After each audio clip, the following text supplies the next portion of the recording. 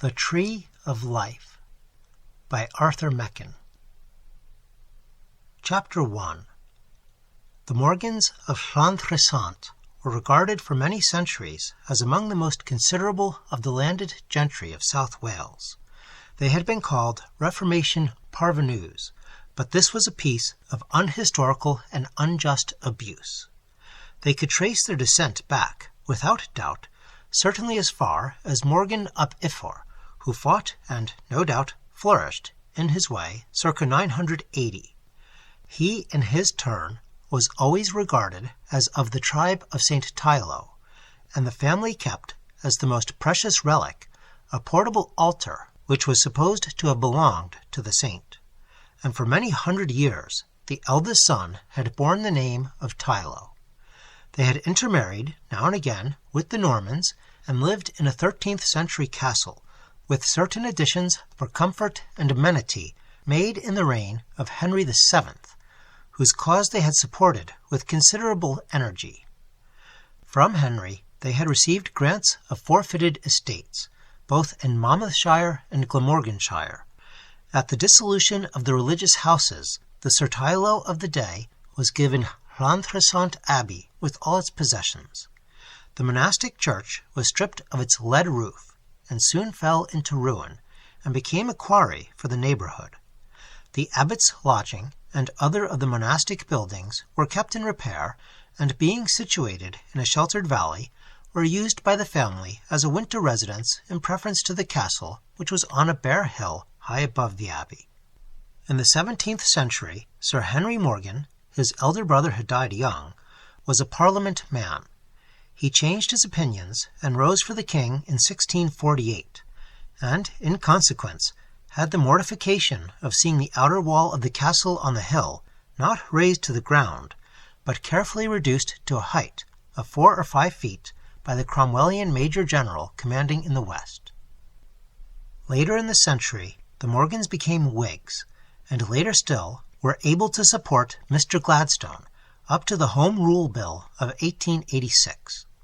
They still held most of the lands which they had gathered together gradually for 800 or 900 years.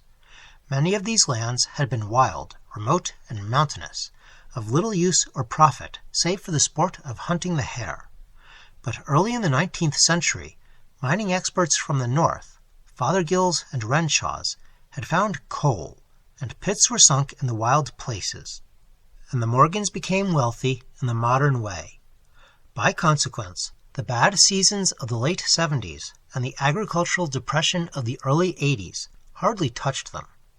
They reduced rents and remitted arrears, and throve on their mining royalties. They were still great people of the country.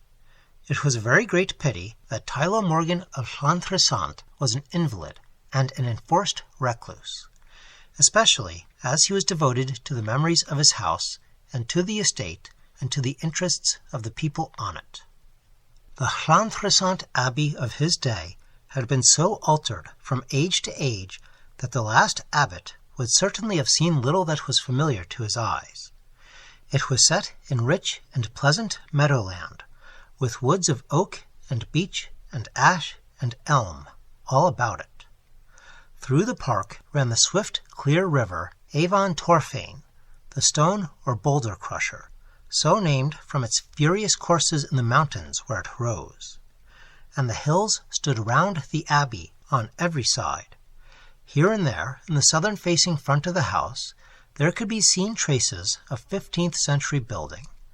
But on this had been imposed the Elizabethan gables of the first lay resident, and Inigo Jones was said to have added the brick wing with the Corinthian pilasters, and there was a stuccoed projection in the sham Gothic of the time of George II. It was architecturally ridiculous, but it was supposed to be the warmest part of the house, and Teilo Morgan occupied a set of 5 or 6 rooms on the first floor, and often looked out on the park and opened the windows to hear the sound of the pouring Avon, and the murmur of the wood pigeons in the trees, and the noise of the west wind from the mountain. He longed to be out among it all, running as he saw boys running on the hillside through a gap in the wood, but he knew that there was a gulf fixed between him and that paradise. There was, it seemed, no specific disease, but a profound weakness, a marasmus that had stopped short of its term, but kept the patient chronically incapable of any physical exertion, even the slightest. They had once tried taking him out on a very fine day in the park, in a wheeled chair, but even that easy motion was too much for him. After 10 minutes he had fainted, and lay for 2 or 3 days on his back, alive, but little more than alive. Most of his time was spent on a couch. He would sit up for his meals, and to interview the estate agent, but it was effort to do so much as this. He used to read in country histories and in old family records of the doings of his ancestors, and wonder what they would have said to see such a successor. The storming of castles at dead darkness of night, the firing of them so that the mountains far away shone, the arrows of the Gwent bowmen darkening the air at Cressy, the battle of the dawn by the river, when it was seen scarlet by the first light in the east, the drinking of Gascon wine in the hall from moonrise to sunrise. He was no figure for the old days and works of the Morgans. It was probable that his feeble life was chiefly sustained by his intense interest in the doings of the estate. The agent, Captain Vaughan, a keen, middle-aged man, had often told him that a monthly interview would be sufficient, and more than sufficient. "I'm afraid you find all this detail terribly tiring," he would say, "and you know it's not really necessary. I've 1 or 2 good men under me, and between us we manage to keep things in very decent order. I do assure you, you needn't bother. As a matter of fact, if I brought you a statement once a quarter, it would be quite enough." But Teilo Morgan would not entertain any such laxity. "It doesn't tire me in the least," he always replied to the agent's remonstrances. "It does me good. You know a man must have exercise in some form or another. I get mine on your legs. I'm still enjoying that tramp of yours up to Castel-le-Bouc 3 years ago. You remember?" Captain Vaughan seemed at a loss for a moment. "Let me see," he said. 3 years ago. Castel-le-Bouc. Now what was I doing up there?" "You can't have forgotten. Don't you recollect? It was just after the great snowstorm. You went up to see that the roof was all right, and fell into a 15-foot drift on the way." "I remember now," said Vaughan. "I should think I do remember. I don't think I've been so cold and so wet before or since. Worse than the Balkans. I wasn't prepared for it. And when I got through the snow, there was an infernal mountain stream still going strong beneath it all." "But there was a good fire at the pub when you got there." "Halfway up the chimney, coal and wood mixed, roaring. I've never seen such a blaze. 6 foot by 3, I should think. And I told them to mix it strong." "I wish I'd been there," said the squire. "Let me see. You recommended that some work should be done on the place, didn't you? Re-roofing, wasn't it?" "Yes, the slates were in a bad way, and in the following March we replaced them by stone tiles, extra heavy. Slates are not good enough, halfway up the mountain. To the west, of course, the place is more or less protected by the wood, but the southeast pine end is badly exposed and was letting the wet through. So I ran up an oak frame 9 inches from the wall and fixed tiles on that. You remember passing the estimate?" Of course. And it's done all right. No trouble since." "No trouble with wind or weather. When I was there last, the fat daughter was talking about going to service in Cardiff. I don't think Mrs. Samuel fancied it much, and young William wants to go down the pit when he leaves school." "Thomas is staying to help his father with the farm, I hope. And how is the farm doing now?" "Fairly well. They pay their rent regularly, as you know. In spite of what I tell them, they will try to grow wheat. It's much too high up." "How do the people on the mountain like the new parson?" "They get on with him all right. He tries to persuade them to come to Mass, as he calls it, and they stay away and go to meeting.